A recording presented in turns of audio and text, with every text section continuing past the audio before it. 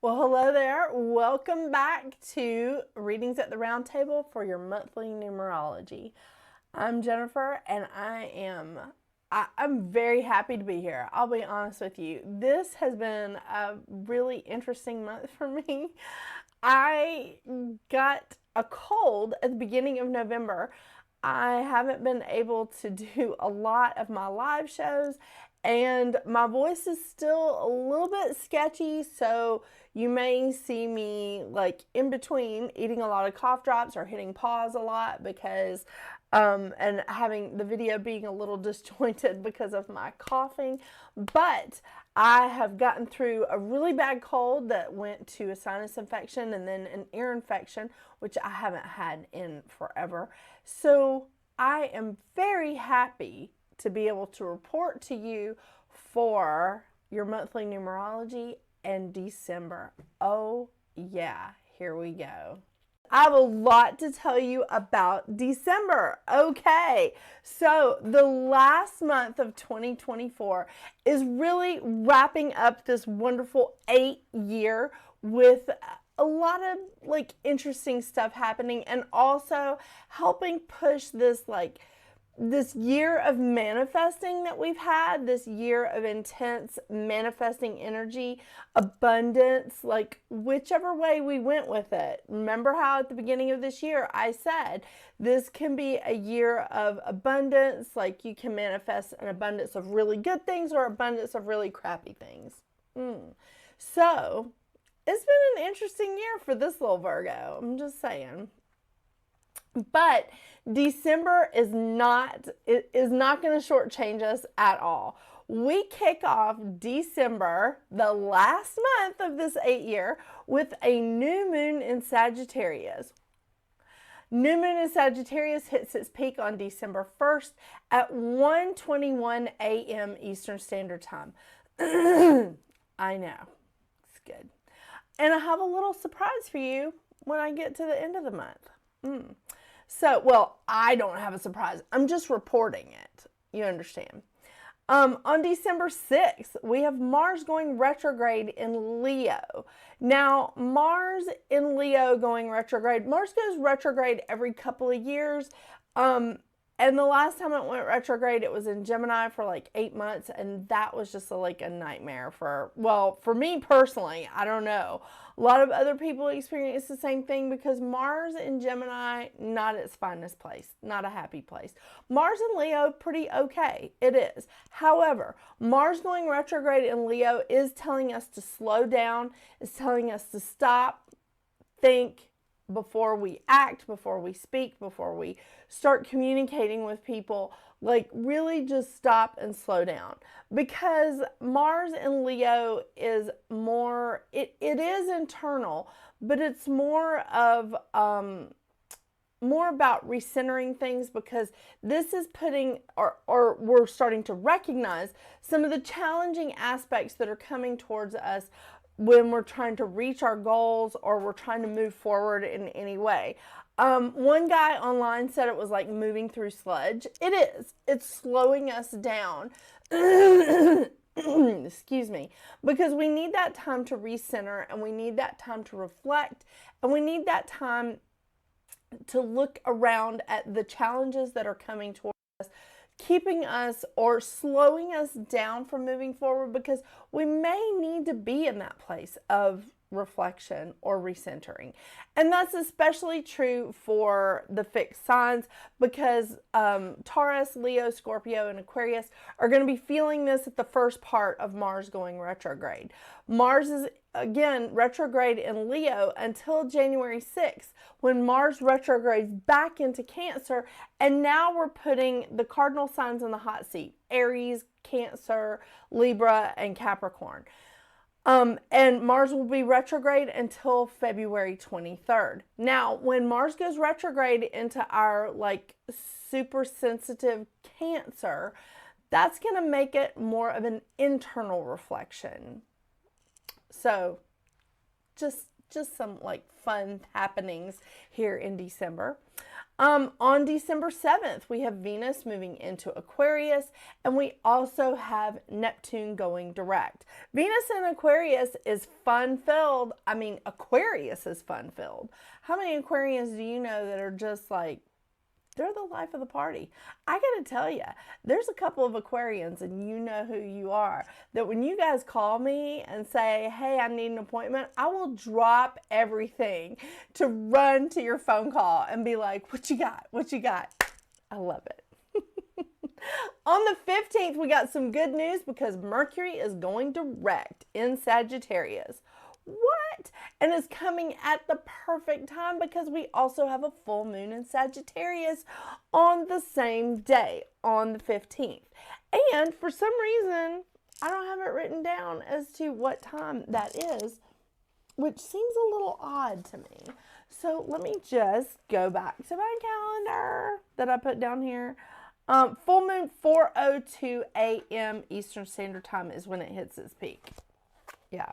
Thank you, Llewellyn. Am I right? On the 21st, we have the sun moving into Capricorn at 4:21 a.m. Eastern Standard Time.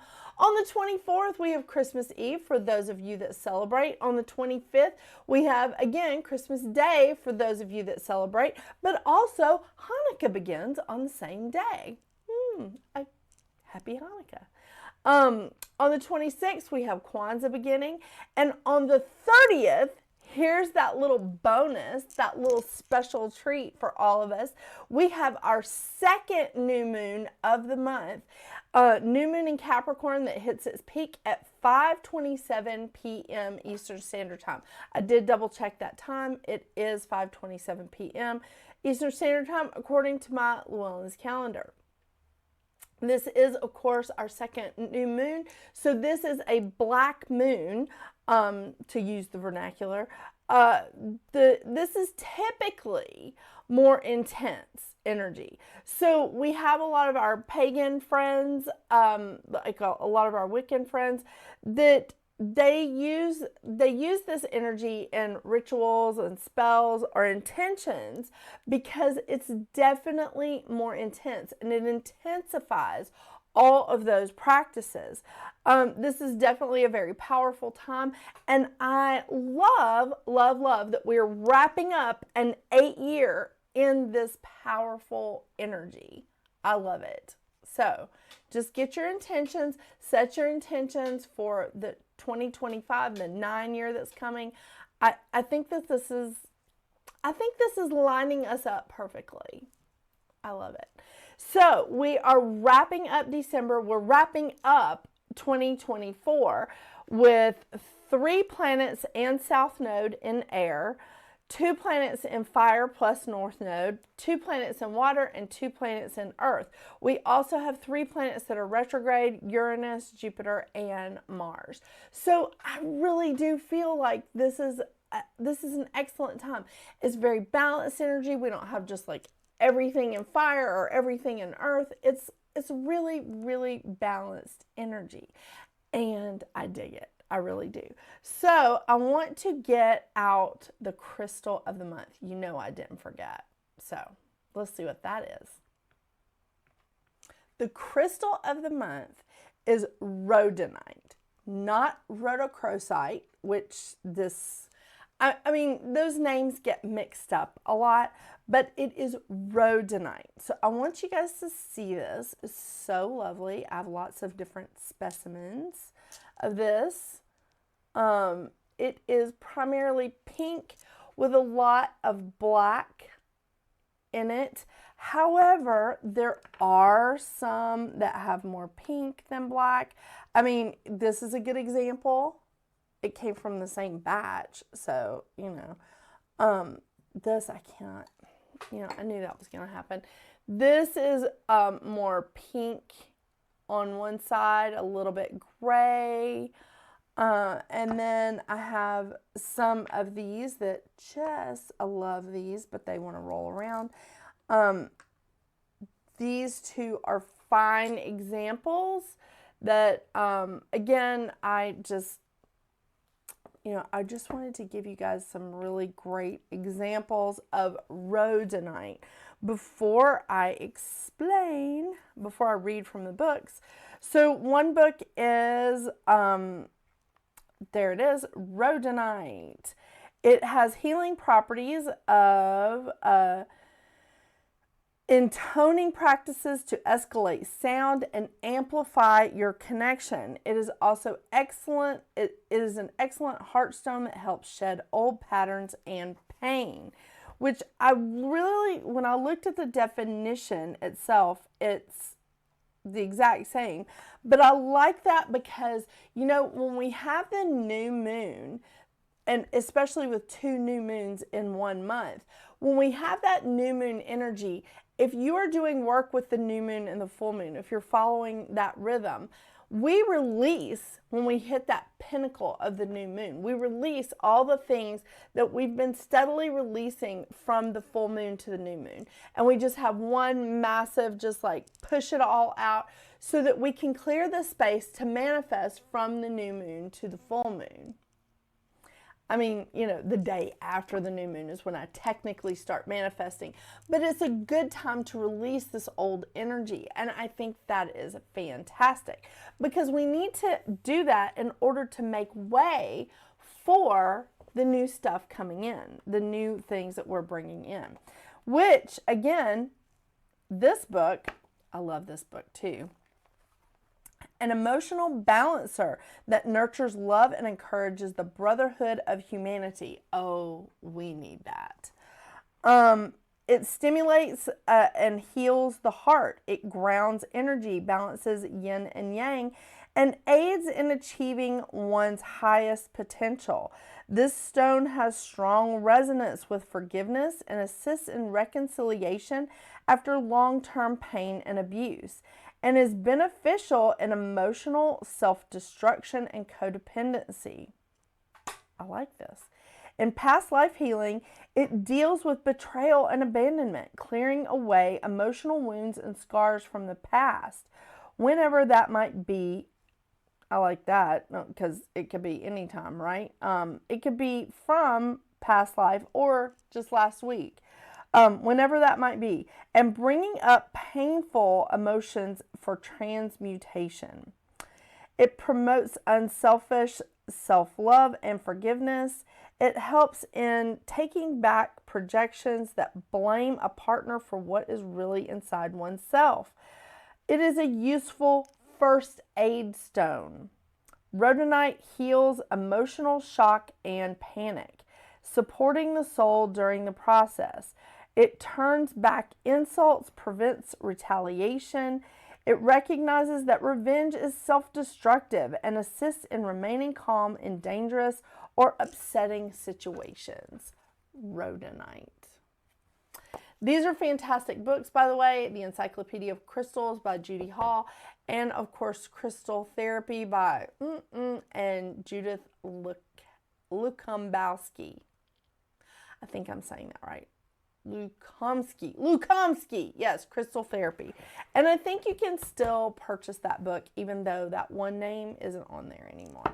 So, just going to put that right back up there so that we can look at this all month on any of my videos. I know, I like to do that. Well, I like to do that now that I've started this. Okay, I will also be reading from 2 different cards as per usual. Moonology Oracle cards by Yasmin Boland and the Goddess Guidance Oracle cards by Doreen, we're not saying her name. But those are the cards that I'll be pulling from for this month. I am truly, truly excited that we all have come this far in 2024. It's been a really interesting year for me personally. I would love to know how it's been for you. And I also want to get to these numbers and see what your personal numerology is for the last month of this 8-year.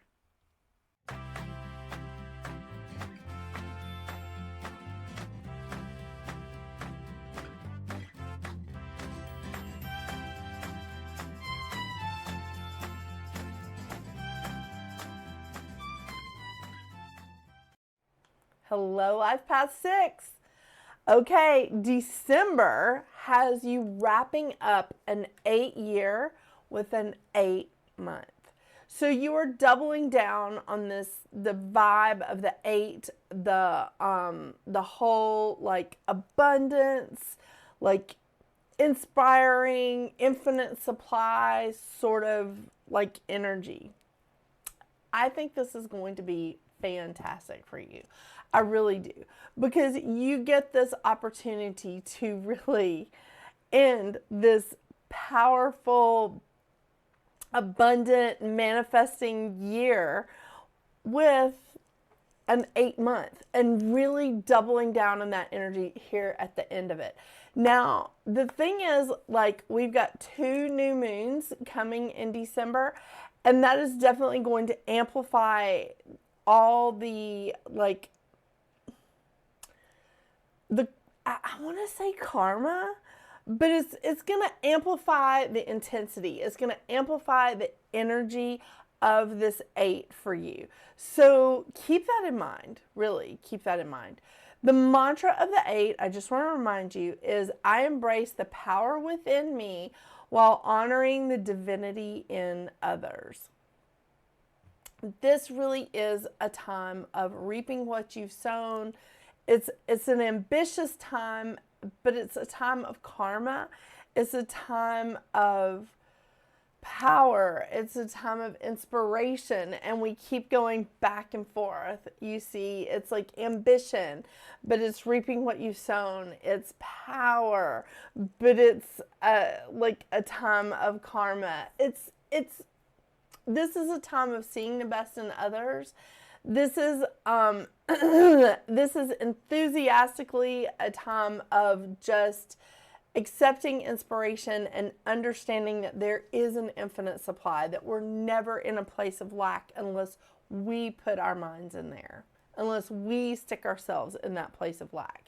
So I feel like this is well, the lesson of the 8 is to lead with compassion for others and not from the ego, because this is a time of setting an example of self-empowerment for others. Now, when we set an example of self-empowerment for others, that means that we are having to empower ourselves to get out of like the crappy times. We are like going through some stuff, and we've had to empower ourselves to recover, to get out of it. That is not an easy thing, but it is amazing. So we look for other people who have done these inspiring and wonderful things to like give us that, like, that place where we can go, I know I can do it. They've done it. They've done it. They're giving me that guidance. This is your opportunity to do just that. It really is. It's doubling down on that energy. So I did tell you the lesson of the 8. I want to talk about the shadow side. Is feeling responsible for other people's choices, trying to fix others, attachment to the material. Let's put like too much in front of that.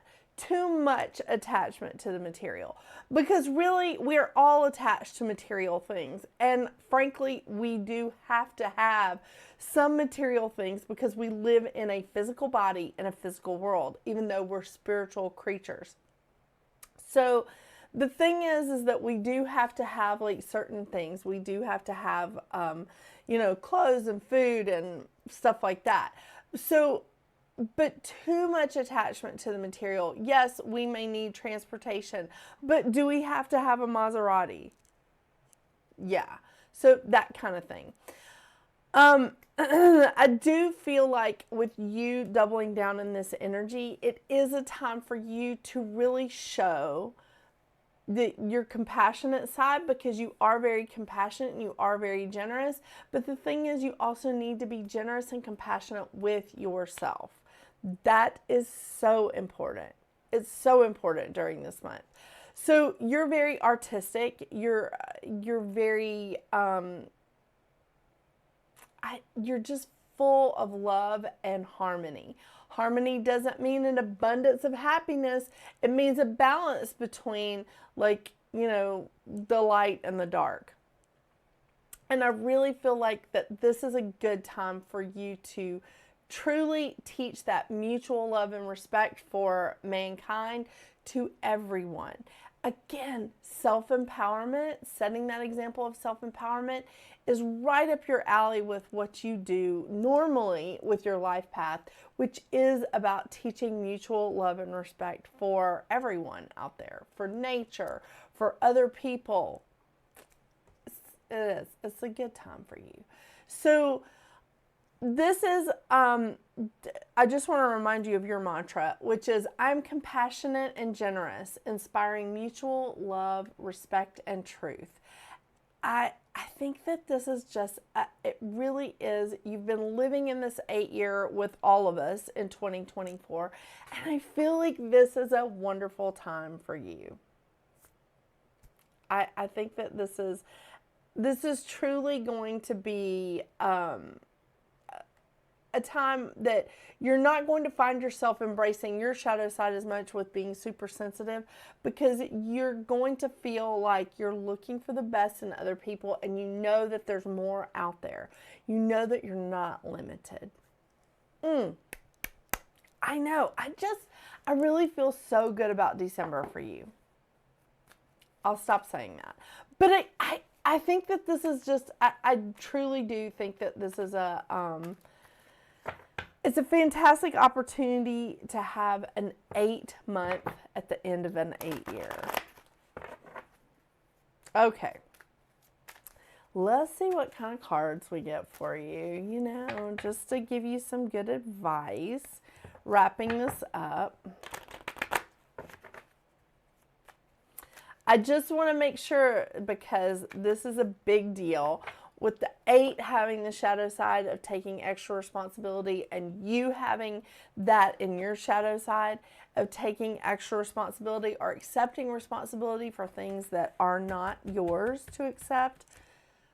Be very cautious about that. Be very cautious about that this month, because again, we've got 2 new moons. We're intensifying that action. It's a lot of intensity. It's a lot of amplification of what we're putting out there, of what we're trying to manifest. And the other thing is that you really, really need to pay attention to this Mars retrograde situation, because I feel like that could have like more of an influence with this 8 energy hovering over you. Yeah. Ooh, this is a great card. Yumanya. Golden opportunity. Important doors are opening for you right now. Walk through them. Oh, I like that. Okay, I don't know what's going on with these cats.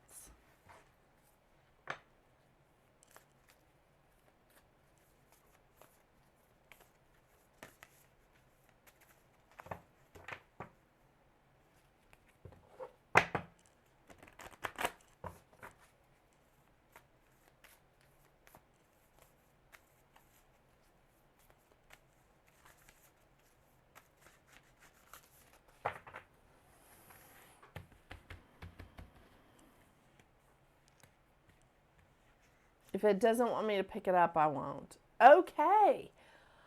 Full moon in Capricorn, the end of a tough cycle approaches. You know, I got to tell you, I think that next year for you in a 9-year in 2025 is going to be, it's going to be a lot easier for like life path 3s, life path 6s, life path 33, and of course life path 9. But this is going to be a fantastic year, because you guys usually do really well in that 3, 6, 9 thing. Just from looking back. Okay, here we go. Full moon in Capricorn, the end of a tough cycle approaches. How hard are you willing to work for what you want? This card is reminding you that effort is required. Work issues may be about to come to a head when this card comes up. If you're wondering if you should stay in your job or leave, this card can be a strong sign to make an exit. The end of a rough time is forecast. This card also asks you to consider how ambitious you are and whether you're prepared to pull out all the stops to make your professional dreams come true without being ruthless. With a love question, this card can be a call to face reality. Whatever situation you're asking about, making a plan will help. If your personal life is troubled, prioritize it more. Oop, I'm like dropping here. And attune to the moon by releasing control and trusting the universe, which I'm just going to tell you is not easy for a life path 6, and it's not easy to do in a 44/8 year. But it might be time to release control just a smidge and allow the flow of energy to come in. Thank you so much for joining me today, Life Path 6. Thank you so much for sticking around and staying with me all through 2024. I so look forward to continuing this journey in 2025. So until we see each other again, get out there and make your magic. Bye.